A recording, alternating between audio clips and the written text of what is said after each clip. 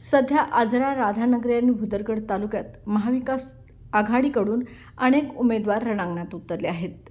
पोस्टरबाजी देखील या मतदारसंघात जोरात सुरू आहे। यामध्ये ए.वाय. पाटील यांना तिकीट मिळण्याची जोरदार चर्चा आहे, तर दुसरीकडे के.पी. पाटील रणांगणात उतरले आहेत।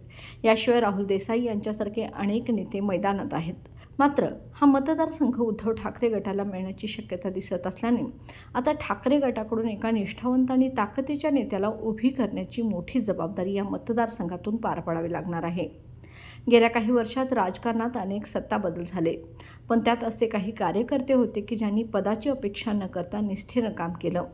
त्यांनी हे सिद्ध केले की योग्य संधी मिळाल्यास ते आपलं नेतृत्व आणि ताकद दाखवू शकतात।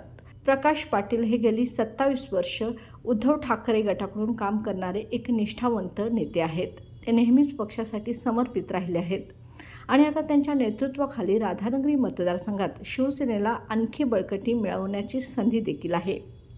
प्रकाश पाटील हे ताकदीचं नेतृत्व असून त्यांनी गद्दारी न करता केवळ विचारांवर आधारलेल्या कार्यामुळे मतदारसंघात आपलं नाव कमावलेलं आहे।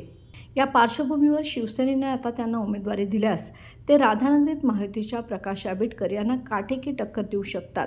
त्यांची निष्ठा, जनतेशी असलेला थेट संवाद आणि शिवसेनेचा खरा चेहरा म्हणून ते उभे राहणार अशी चर्चा सध्या या मतदारसंघात आहे। सध्या मतदारांमध्ये अशी चर्चा आहे की पक्षाने आता निष्ठावंत आणि ताकदीच्या नेत्यांना पुढे आणावं, जेणेकरून या मतदारसंघात शिवसेनेचं आणखी नाव उंचावेल। जर प्रकाश पाटील यांची उमेदवारी निश्चित करून शिवसेनेला बळकटी देण्यासाठी प्रयत्न झाले तर निष्ठेच्या जोरावर शिवसेनेला आणखी एक चांगला भरभक्कम आधार मिळेल।